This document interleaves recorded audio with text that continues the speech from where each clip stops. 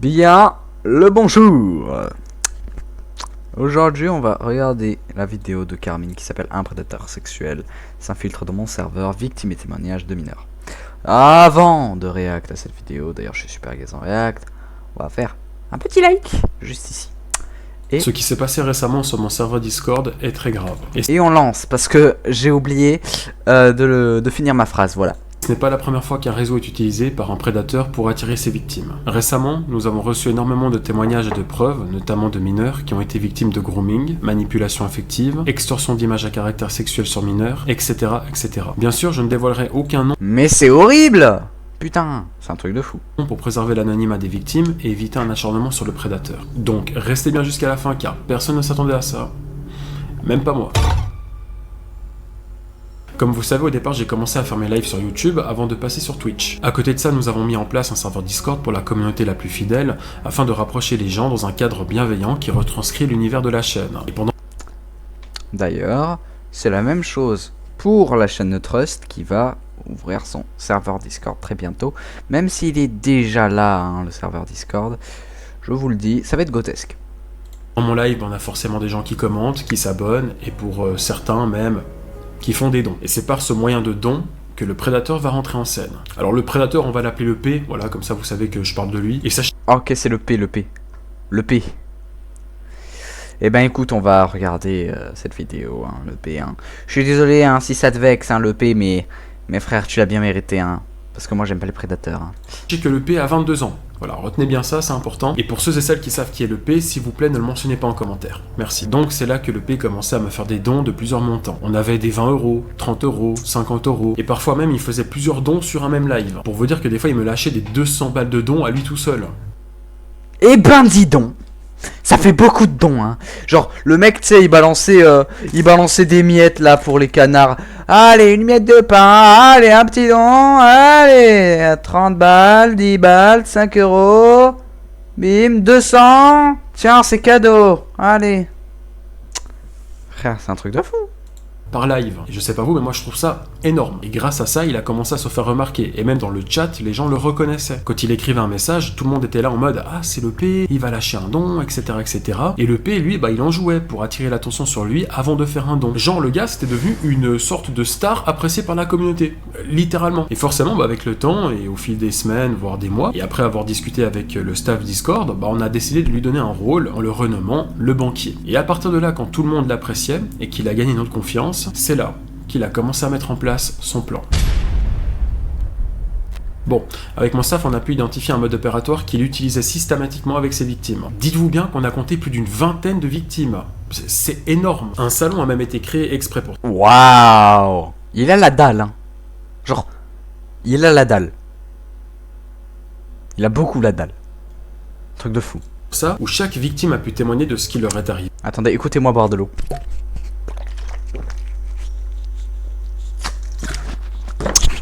J'espère que vous avez apprécié.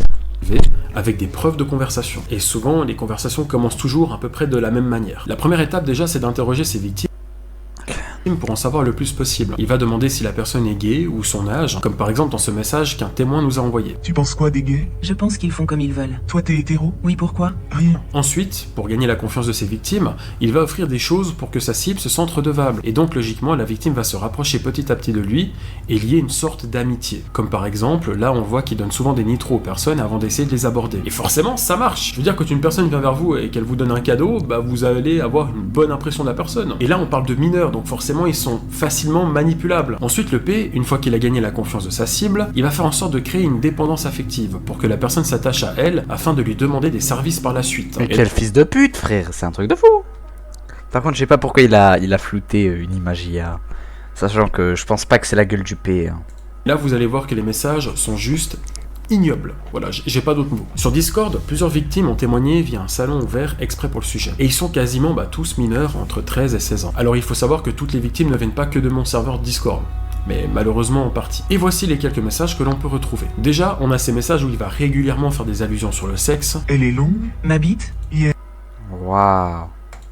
Je t'ai dit c'est perso. Je suis dans la taille moyenne en France. Donc, oublie pas je suis gay. Et là, c'est le genre de message qu'il envoie à une personne de la même orientation sexuelle que lui. Après généralement je parle pas pendant que je suis avec un gay. car je peux pas vraiment ouvrir plus ma bouche. Voilà. Très charmant. Là, Waouh! C'est qu'il a un sacré sens de l'humour, notre cher P. Hein? Waouh! nous avons une description complète des services qu'il demandait à ses victimes et la façon dont il abordait le sujet. Il m'en a déjà demandé à moi aussi. Torse nu, en slip. J'ai bien fait comprendre qu'en slip c'était le maximum, et je lui en ai envoyé plusieurs. Mais une fois il m'a proposé qu'il me montre comment se branler. J'ai fait genre je voulais, mais au dernier moment j'ai dit non. Des fois il me demandait des photos de moi nu, ou juste sans caleçon, et je pensais qu'il rigolait car il mettait souvent l'emoji, rire, après. Et de plus, au fur et à mesure qu'on se parlait, on s'entendait de mieux en mieux. Pendant un moment c'était limite si on voulait se mettre en couple. Et c'est ça qui est troublant. Déjà, il demandait souvent des photos de personnes avec qui il nouait des liens. Ça pouvait être leur partie intime et parfois même il demandait des photos de leur visage. Mais le plus fou dans tout ça, c'est qu'il a réussi à faire en sorte que ses victimes s'attachent à lui. Normalement, c'est d'abord du photo du visage, hein. Parce que bon, frère, je te dis, attends. Parce que j'ai oublié ce qu'il a dit, j'ai une mémoire de con. Visage. Mais le plus fou, Putain. partie intime et parfois même il demandait des photos de leur visage. Et parfois même. Genre, tu sais, c'était toujours les parties intimes et pas leur visage, hein. Genre, tu sais, allez. Par quoi je commence? Visage, partie intime. Il hésite. Mais le plus fou dans tout ça, c'est qu'il a réussi à faire en sorte que ses victimes s'attachent à lui. Dites-vous même qu'on a eu des cas où des victimes prenaient sa défense par culpabilité. C'est un truc de barge. Et forcément, comme il s'attaquait à des jeunes, qui pour la plupart sont en recherche d'attention, il arrivait à les manipuler pour obtenir ce qu'il désirait, tout en créant une attache émotionnelle pour les garder sous son emprise. Les cadeaux, les compliments et le fait de parler régulièrement à la même personne, ça peut créer des liens, comme des relations amoureuses à distance. Et donc, quand le P a été démasqué par de nombreux témoins et des membres du staff, malgré même les accusations et les preuves, certains se sont sentis trahis et ont ressenti une sorte d'humiliation et de honte. D'ailleurs, j'ai même une personne qui a eu le courage de venir témoigner. Son nom sera bien évidemment flouté et sa voix modifiée pour garder l'anonymat. Déjà, Let me respawn in Rome, please. Yes. Our city currently has a population of 9. A farmer? I definitely need you. Aha! We have 21 now. Next, I gotta build houses for them. Too many things I need to spend money on. C'est pas si simple que ça, connard, frère. Le mec qui vient de spawn, c'est déjà le maire de la ville, gros. C'est un truc de fou. salut, puis merci d'avoir accepté de témoigner. Y a pas de souci. D'accord, alors écoute, je vais te poser quelques questions. Et sache que si tu veux pas répondre, t'as le droit de pas répondre. D'accord? C'est pas une obligation, je te pose quelques questions. T'essayes de me répondre au mieux, comme tu peux. Et s'il y a un truc que tu veux pas répondre, parce que ça te gêne ou quoi que ce soit, y a pas de souci. D'accord, merci. Y a pas de quoi, merci à toi. Comment est-ce que t'es rentré en contact avec lui? Est-ce que c'est toi qui l'as abordé ou c'est lui qui est d'abord venu vers toi? Alors, en fait, j'étais sur ton serveur et à un moment j'ai quitté le serveur et il m'a envoyé un MP en me disant ouais, j'ai vu que t'as quitté le serveur de Carmine et ensuite il m'a dit ça te dit d'aller sur le mien, etc. Et c'est comme ça que je suis entré dans son serveur. Et la suite, comment ça s'est déroulé? C'était sympa, tout le monde discutait, il y avait de la bonne humeur. Au début j'étais pas hyper actif, à un moment j'ai quitté parce que ça m'avait saoulé. Il m'a réenvoyé un MP par la suite. Entre le moment où je suis allé sur son serveur et le moment où j'ai quitté, on s'était pas beaucoup parlé. Et quand j'ai quitté, il m'a demandé pourquoi j'avais quitté, etc. Il m'a réinvité dessus. J'y suis retourné et c'est à partir de ce moment-là qu'on a commencé à plus parler. Quand il te parlait, il te disait quoi exactement? Est-ce que c'était bizarre ou c'est arrivé progressivement? Au début c'était normal, je voyais pas de trucs bizarres ou quoi. Et après, quand on a commencé donc à vraiment plus se parler, là ça a commencé à avoir des trucs comme les on baise, etc. Et voilà. D'accord, donc il a commencé à aborder des sujets, on va dire, autour de la sexualité. Est-ce qu'il savait déjà ton âge à ce moment-là? Oui, sachant que, vu que moi, pour Discord c'est 15 ans, il dit que j'ai 15 ans.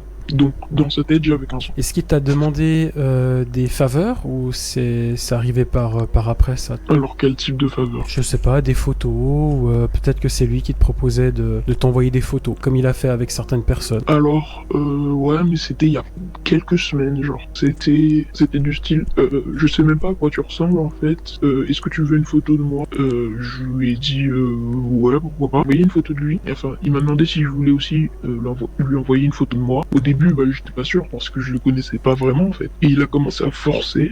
Et après, du coup, j'ai accepté. Il m'a dit écoute ton cœur, si tu me fais confiance ou pas. Du coup, je lui ai envoyé une photo de moi. T'as envoyé une photo?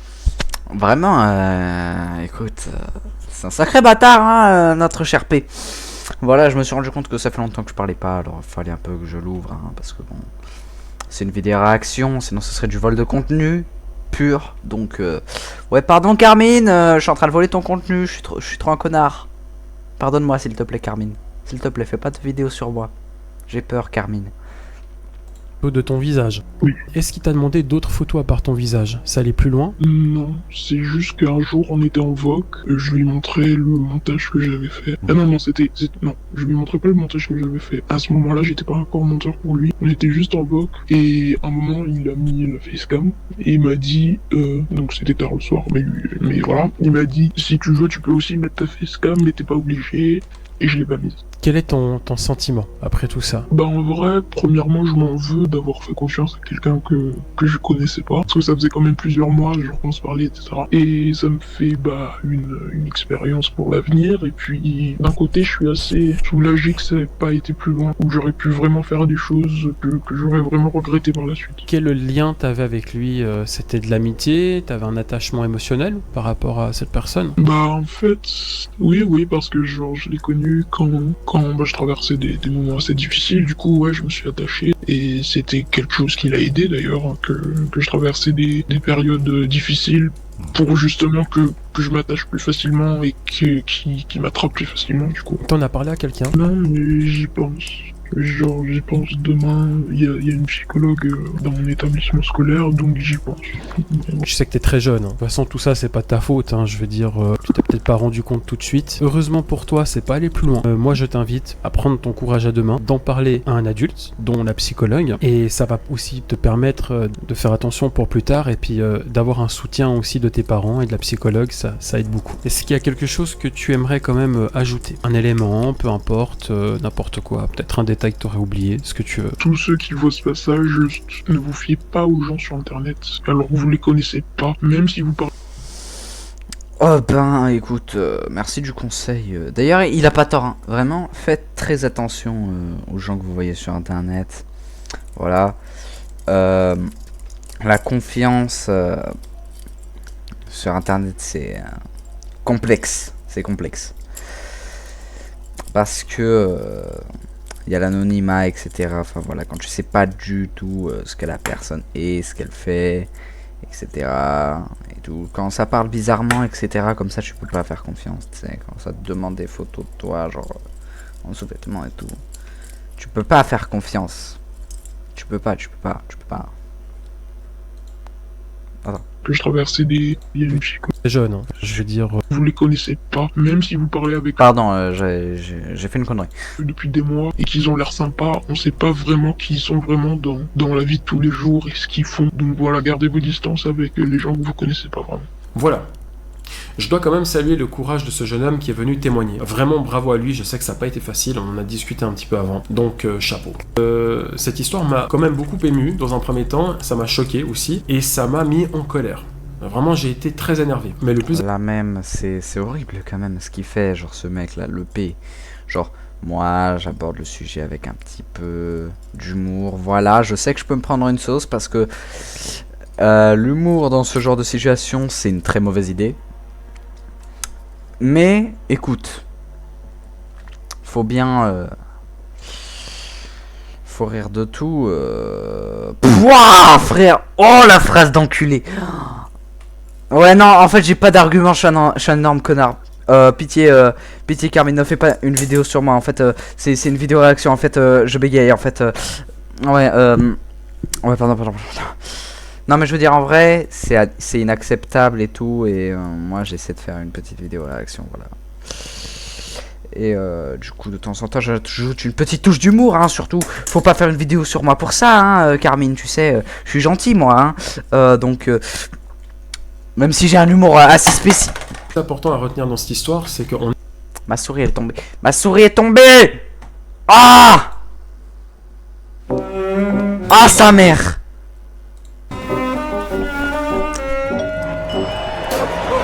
Ce qui s'est passé récemment sur mon serveur et ses utilisateurs. Mais malheureusement, comme c'est un monde qui est ouvert à tout le monde, eh ben, il peut y avoir des gens bienveillants comme des gens malveillants. Donc quand c'est comme ça, si par exemple vous discutez avec quelqu'un, qu'elle vous demande des services un peu étranges, genre des photos de vous, ou peut-être de vous demander d'enlever, je sais pas, le haut, pour que vous lui envoyez une photo à torse nu, signalez-le directement. Parlez-en déjà à un adulte, à vos parents, à une personne de confiance, et signalez cette personne. Pour la suite de cette affaire, c'est un peu compliqué. On a beaucoup discuté avec les victimes en se demandant s'ils devaient porter plainte ou non. Dans un premier temps, parce qu'il faut pas laisser passer ce genre de choses quand c'est comme ça. Le problème, c'est que lui, il va toujours continuer. Donc même si vous passez un petit peu, on va dire, entre les mailles du filet, eh ben, ce sera une autre personne qui va être victime. Parce que ces gens-là sont toujours à la recherche de nouvelles victimes. Alors voilà, quand on est très jeune, pour la plupart des victimes qui se sont fait avoir, bah, c'est des gens qui dans leur vie, dans le cadre privé, ça se passe déjà mal. Ils se sentent parfois un peu seuls, tristes, et ils sont en recherche d'intention. Et les prédateurs, généralement, ils recherchent ce genre de victimes parce qu'ils savent qu'ils pourront les manipuler. Mais ouais, c'est un peu des profils Tinder, tu sais, pour eux. Oh, tiens, une photo de profil requin avec des trucs dessinés autour en blanc. Oh là là, j'ai trouvé la cible parfaite. Non, pardon. Très mauvaise vanne. Arrêtez. Pitié. Je sais que la vidéo elle est limite, je sais que j'enchaîne les roues libres, mais c'est de l'humour. C'est de l'humour noir. Ah, je suis obligé de m'excuser toutes les 30 secondes, vraiment. Ça va être chiant cette vidéo, ça va être chiant. Facilement. Voilà, un petit compliment, un petit cadeau, pour vous donner l'impression que vous existez à leurs yeux. Mais tout ça, c'est pour vous avoir. Donc vraiment, faites attention. J'ai pas d'autres mots, je suis saoulé en fait par tout ça. Quand on a créé le serveur Discord de la communauté, c'était vraiment pour amener un truc sympa entre la communauté, qu'il y ait des rencontres, etc. Jusqu'à maintenant, ça s'est toujours très bien passé. Ça fait des années que le Discord est ouvert et c'est vraiment la première fois qu'une chose comme ça nous arrive. Alors qu'on a un staff qui est génialissime, ils font aussi attention, on essaie de vraiment de pas faire rentrer n'importe qui. Et même comme ça, malheureusement, on est à l'abri de rien. Parce que sur Internet, on maîtrise pas ces choses-là. Tout ce qu'on peut faire, c'est essayer de minimiser les risques et faire de la prévention, en espérant que personne ne tombe dans le piège. Après, malheureusement, Internet, c'est ouvert à tout le monde, et on sait jamais qui est derrière l'écran. Vous voyez, ça peut être une personne qui se fait passer pour un tel, alors que pas du tout. C'est toujours compliqué de maîtriser tout ça, et c'est voire même impossible de bien faire à 100%. Donc vraiment, pour la prochaine fois, on fera encore beaucoup plus attention. Et malheureusement, ce sera peut-être un peu strict, mais c'est comme ça parce qu'on veut plus que ça se reproduise, en tout cas pas sur mon serveur. Je vous dis à très bientôt pour de nouvelles vidéos, et n'oubliez pas, Internet, ce n'est pas un jeu. À bientôt.